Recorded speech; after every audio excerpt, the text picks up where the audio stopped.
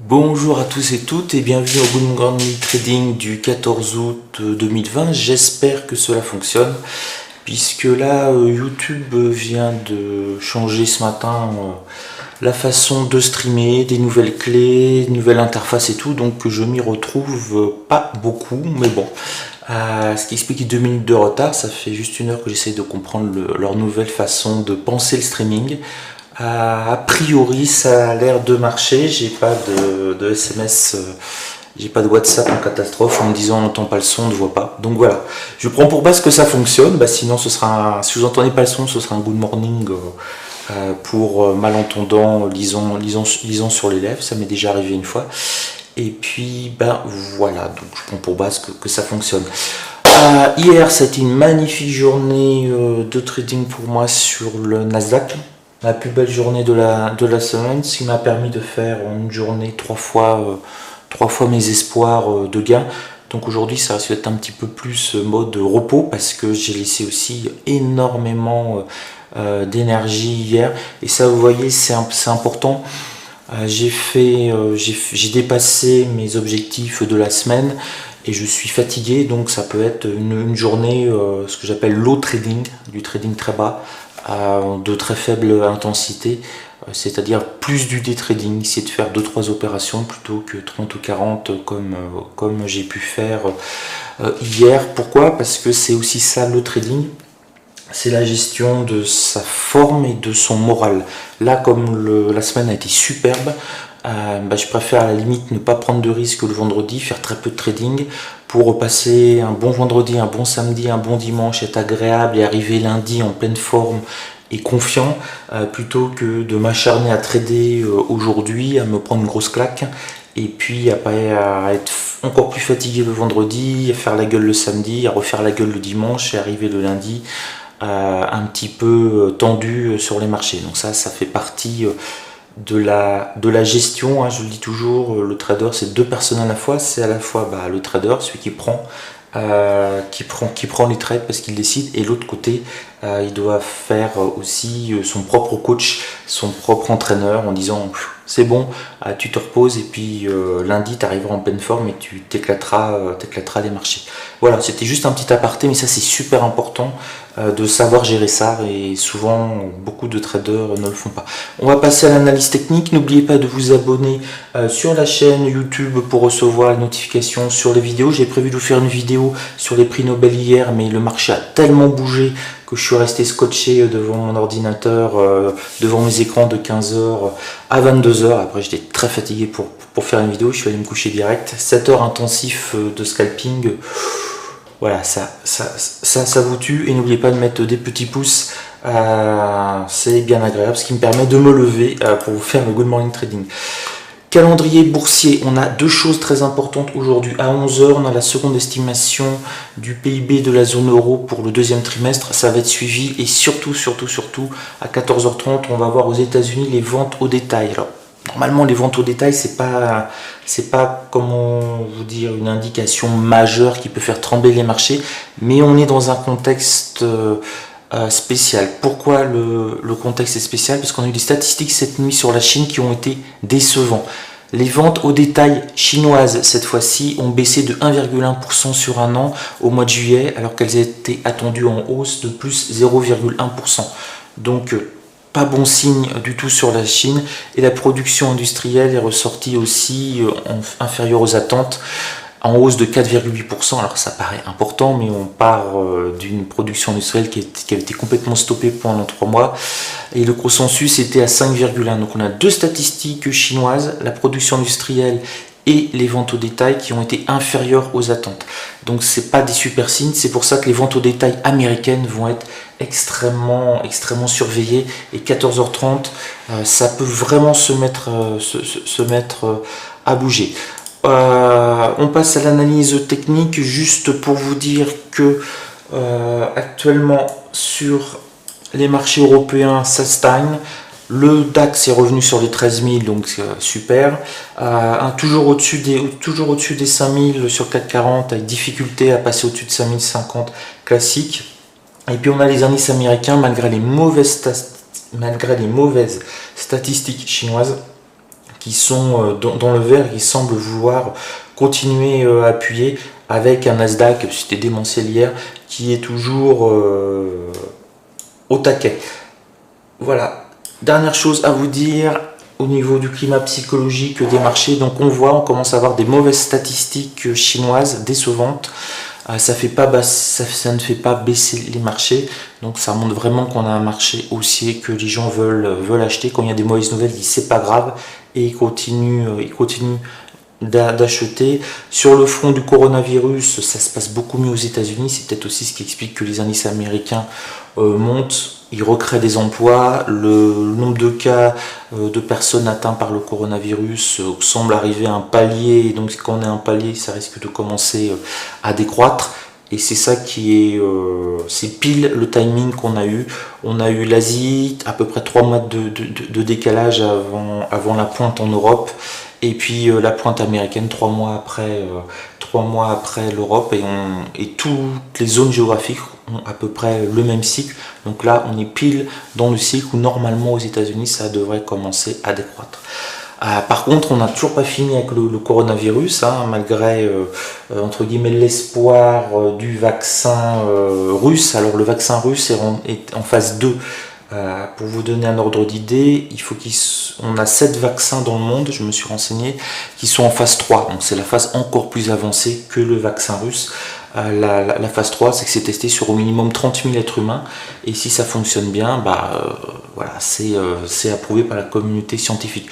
Donc en fait, le président russe a joué un petit peu l'effort à bras. Et on a plus de 150 recherches médicales qui sont entre la phase 1 et la phase 2, dont le russe. Voilà. Mais on a vraiment 7 laboratoires, dont 2 Américains, 3 Chinois, je crois, un Anglais et un Allemand, qui sont en phase 7. Ils sont 7 à être en phase 3. Et là, c'est vraiment... Voilà, on est vraiment proche d'un vaccin. Jamais dans l'histoire de l'humanité, là ils mettent le paquet, hein. On a été en phase 3 sur une piqûre, je suis fatigué là, je ne me rappelle même plus le mot, sur un vaccin, voilà, sur un vaccin en si peu de temps. C'est pas du tout qu'ils font n'importe quoi, c'est qu'ils ils suivent exactement les mêmes protocoles. Un vaccin, pour qu'il passe en phase 3, ça peut mettre 10 ans. Là, ça a mis 8 mois, mais parce qu'ils ont mis tout le monde dessus à fond, et ils suivent exactement les mêmes protocoles. C'est ça qui est rassurant. On passe donc sur l'analyse technique. Oui, je vous disais pourquoi je vous parlais du coronavirus, ça me revient. Parce que là, le Royaume-Uni a indiqué, alors ça c'est pas une bonne nouvelle, que pour toutes les personnes arrivant de France au Royaume-Uni, quarantaine de 14 jours. Donc voilà, donc si vous allez au Royaume-Uni, vous savez que vous allez devoir aller dans un hôtel minable pendant 14 jours, où vous payez l'hôtel, et encore c'est même pas sûr, peut-être qu'ils vont parquer dans des endroits bien précis les touristes français. Donc réfléchissez, bon, pensez-y avant d'aller au Royaume-Uni. Bon, ça c'est un petit peu grave, parce que si la France fait une manœuvre de rétorsion, il dit 14 jours pour les Anglais, blablabla, ou pour les Espagnols et tout, il n'y a plus de circulation, il n'y a plus de tourisme, et c'est pas très bon pour l'économie. Mais bon, voilà, c'est souvent des décisions politiques un peu... Voilà. Je ne rentre pas dans les détails parce que là, je n'ai pas envie de pousser une gueulante ce matin. Je suis un peu fatigué. On attaque le Nasdaq. Alors, le Nasdaq, ça a été un régal. Un régal hier. Je vous montre. Hop. Voilà. On a tout eu en fait sur le Nasdaq hier. Hop. Absolument tout eu. On a eu une phase. Ah bah oui. Je l'ai mis en mode trading, pardon. Je vais le remettre. Ouais, je suis en mode Santic, là voilà, je vais revenir sur le 5 minutes. On a absolument tout eu hier sur le Nasdaq, à la fois pour les acheteurs et pour les vendeurs. Ça a été, regardez les bougies et tout, on a pris plus de 150 points d'amplitude, on est redescendu, on a rebondi à nouveau en fin de séance avant de s'écrouler. En tout cas, je vous avais dit que la résistance 1 mensuelle pouvait poser problème, et 11 250, et c'est exactement ce qui a posé problème. On est monté un petit peu au-dessus, 11 266, et ensuite on s'est écroulé et on a stagné beaucoup. Ça c'était un signe que ça pouvait partir sud. On a stagné énormément de temps sur les 11 250, c'était la résistance journalière d'hier. Donc ça, je vous avais sur le USA pré-market de 15h, je vous avais indiqué ce niveau là, et on a vraiment on a été le chercher, on est redescendu, on est retourné à l'attaque et on s'est complètement écroulé. Donc ça, c'est important. Si on revient sur ce niveau là, il y aura de quoi faire. Du coup, hop, par sécurité, on passe directement à la résistance à mensuelle, mais ça je vous en parlerai dans le USA pré-market. L'idée quand même, c'est qu'on a été très haut, hein, donc sur les plus hauts, sur le Nasdaq, et que là on a quand même eu une vague de 1% à la vente. Les vendeurs ont pris un tout petit peu de poil de la bête, chose qui a été quasiment effacée dans la nuit. Mais pour avoir passé 7 heures non-stop devant les carnets d'ordre et trader en permanence, il y avait une énorme nervosité. On sentait vraiment que sur le Nasdaq, on arrivait sur des paliers et que tout le monde hésitait énormément. Et quand on était sur les 11 250, mais on aurait pu se faire 11 300 en ligne droite s'il y avait 2-3 gros qui avaient appuyé et tout, et on a pris dans le sens opposé, c'était un peu plus raisonnable, on a perdu 150 points quasiment en ligne droite, mais on sentait vraiment cette nervosité dans le carnet d'ordre. Ça partait dans tous les sens, des contres, de contre. Et moi, ça me donne une indication importante, c'est que ça peut être une journée casse-gueule. Et faites très attention. Et là, vraiment, je vous mets en garde. Faites très attention. S'il commence à être nerveux, si aujourd'hui la nervosité se confirme, entre 21h30 et 22h, heure française, et surtout 21h45, 21h50, si les algos sont lancés, ça peut partir vraiment dans tous les sens sur les indices américains dans les 10 dernières minutes de cotation. 21h50, 22h, bon, ça continue sur futur jusqu'à 22h15, mais ça peut vraiment partir. Fin de semaine, carnet d'ordre qui vont pas très remplis, qui vont en plus se vider d'autant plus avant, à partir de 20-21h, ils partent en week-end si j'ose dire, des algos qui peuvent s'enclencher dans les 10 dernières minutes. On a vu ça tout le mois de juillet, on a eu ça, 21h50 pile, vous voyez d'un seul coup le marché, ça part comme ça. On sent vraiment qu'il y a des algorithmes qui sont mis en branle. Alors c'est pas forcément des algorithmes chasseurs et tout ça, c'est des algorithmes d'auto-liquidation. C'est ce que j'ai eu quand j'ai tradé pour un hedge fund sur une petite île exotique. C'était à partir de, nous c'était 21h45, à partir de 21h45 on avait pu la main sur les... on pouvait plus passer de trade, on peut toujours bourriner, il se passait plus rien. Et si on était en position, on avait un robot automatique qui fermait nos positions entre 21h45 et 22h. Donc c'est sûrement ce qui arrive à partir de 21h50 quand on voit des accélérations comme ça. Pourquoi? C'était des mesures de sécurité, parce que on ne devait prendre aucune position overnight, et donc un quart d'heure avant, si on n'avait pas clôturé nos positions, c'était un algorithme automatique qui clôturait nos positions, parfois mieux que ce que j'aurais pu clôturer moi-même. Donc voilà, mais on essaie d'éviter d'être en position avant, après 21h45, puisqu'on n'avait plus la main en fait sur ce qui pouvait se passer. Donc Nasdaq, attention, ça risque à mon avis de secouer dans le dernier quart d'heure, dans les 10 dernières minutes américaines. Pour le Dow Jones, alors le Dow Jones, regardez, c'est ce qu'on appelle du range. Ça franchement, c'est ce qu'on appelle du range, avec le point pivot journalier un petit peu en dessous, un petit peu au-dessus des 27 800. Voilà, si on prend 27 800, on est passé en dessous, on s'est mis à accélérer à tout va, on a rebondi sur le point pivot journalier. Et là on a eu donc la cassure, on a été chercher, je vous avais parlé de 750, on a été un petit peu plus bas. Par contre le premier contact sur 750, ici sur la R1H, on est passé quelques points en dessous et poum, on est remonté de plus de 70 points. Donc là juste, c'est pour ça que je parle souvent du premier contact sur un support, juste là il y avait 70 points à se faire de manière assez sécurisé en tout cas sur le Dow Jones, hein, puisque vous auriez été au maximum dans le rouge de 3-4 points, et encore c'est même pas sûr. Et là ici on a un truc caractéristique d'un système qui veut remonter sur les bougies en 5 minutes. Vous voyez, on a une loi de dos. Ici, on a vraiment l'indication de reverse, alors uniquement en bougie Elkinashi, vous pouvez voir ça. Et ensuite, effectivement, on a cette accélération violente d'une centaine de points en 5-10 minutes sur le Dow Jones. Ça, c'est caractéristique que ça peut partir. Ça ne veut pas dire qu'il faut se mettre à rentrer là, parce que c'est risqué, mais quand vraiment on a la vague qui est partie, si j'ose dire, on essaye d'en prendre une partie, on n'essaye pas d'anticiper la vague.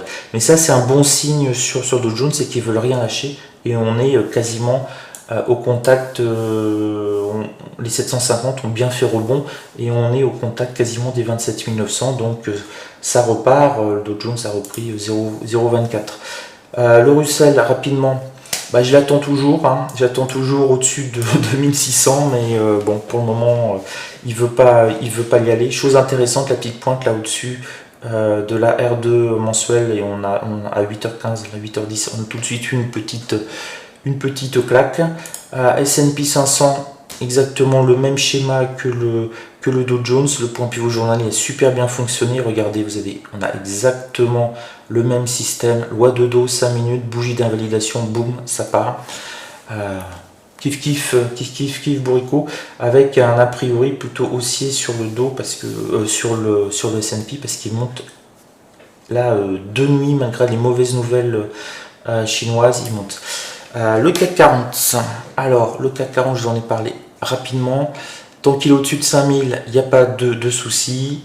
Il essaye désespérément de rester, on le voit encore hier, il essaye de rester désespérément au-dessus de la résistance mensuelle, mais il a encore pas mal de difficultés. C'est exactement le même schéma, pour ça j'insiste pas sur CAC 40. C'est copier-coller de la journée d'hier et de la journée de jeudi et de mercredi. C'est vraiment la même chose sur le dos. Le DAX, on se retrouve là aussi sur le même système.